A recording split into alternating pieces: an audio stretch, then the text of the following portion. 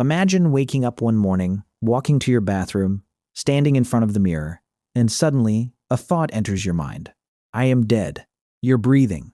You're standing. You can hear your own heartbeat, but your own brain is absolutely convinced that you are no longer alive.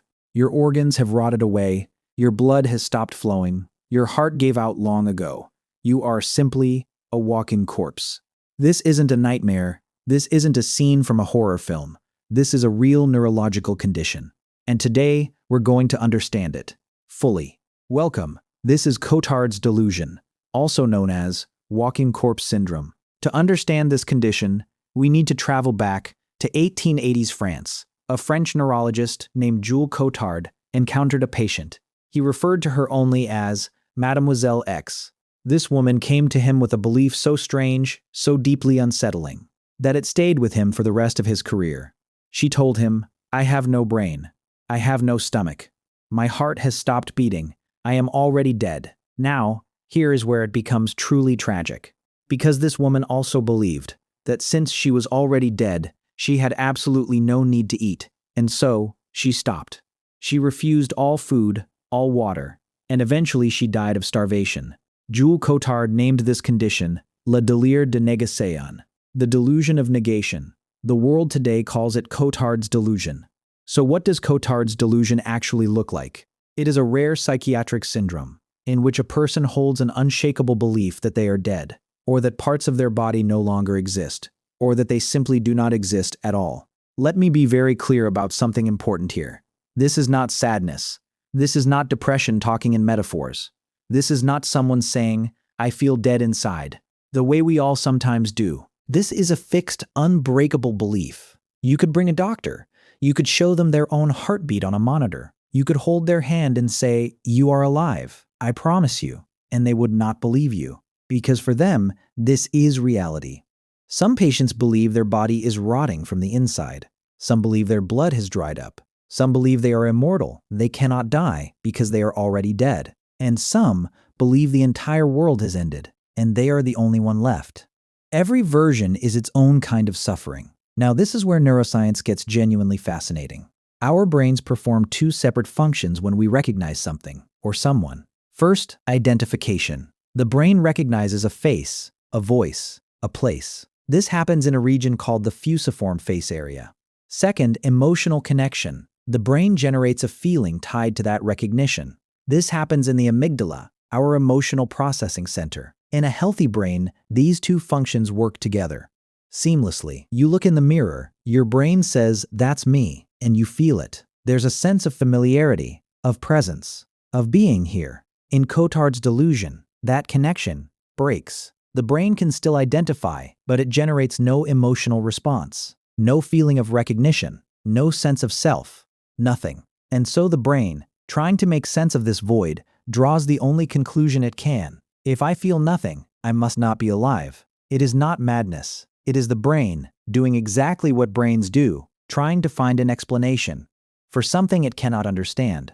In 2013, researchers in the United Kingdom performed a PET scan on a Cotard's patient. A PET scan measures brain activity, which areas are working, and how much. The results were extraordinary. The patient's brain activity was so severely reduced that it closely resembled the brain of someone under general anesthesia. Think about that for a moment. A person, fully awake, sitting, talking, responding, but their brain functioning as if unconscious. The patient had told doctors, "I am a zombie." And when the researchers saw those scans, they understood why. Let me tell you about a real person. Graham Harrison, a man from the United Kingdom. In the early 2000s, Graham suffered a drug overdose. He survived, physically, but something shifted in his brain. After that, Graham became convinced that his brain had died.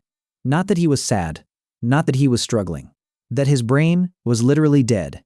He began spending his days in a cemetery. When asked why, he said, "It felt like the right place to be. I was dead. I belonged there." He stopped eating regularly. He stopped caring for himself. He existed, but he did not feel like he was living. With proper psychiatric treatment, a combination of medication and therapy, Graham recovered. He later said about that period of his life, "It was the most isolated I have ever felt." Because how do you explain to someone that you are dead, and you know it, and nothing they say can change that? That one sentence, tells you everything about what this condition feels like from the inside. Cotard's delusion is rare. Globally, there are only a few hundred documented cases in medical literature. But researchers believe the real number is significantly higher because many cases go undiagnosed or are misidentified as something else. It tends to appear alongside other conditions, such as severe clinical depression, bipolar disorder during extreme episodes, schizophrenia, brain injuries or strokes, high fevers particularly from illnesses like typhoid, and in some cases, certain medications, including antivirals. It affects people across all ages, from teenagers to the elderly, and it does not discriminate by culture, background, or geography. Here is something important and genuinely hopeful. Yes, Cotard's delusion can be treated. The challenge is getting the patient to seek help, because a person who believes they are dead often sees no reason to visit a doctor. Why would a dead person need medical treatment? This is why family members and loved ones play such a critical role. They are often the ones who recognize that something is deeply wrong and take action. Treatment typically involves antidepressants and antipsychotic medications, which help restore the chemical balance in the brain. ECT, electroconvulsive therapy, which despite its frightening reputation from old films, is a safe, effective, and often rapid treatment for severe cases. And psychotherapy, to slowly help the patient rebuild their sense of self and presence. Graham Harrison responded well to a combination of these approaches. He came back fully, and that is the most important thing to hold on to. Before we close, I want to sit with something for just a moment. What makes us feel alive? Is it the heartbeat? Cotard's patients have one. Is it breathing? They do that too. Is it the body functioning? Yes. Physically they are fine, and yet they are not there. Not in any way that feels real to them. This tells us something profound about the human experience.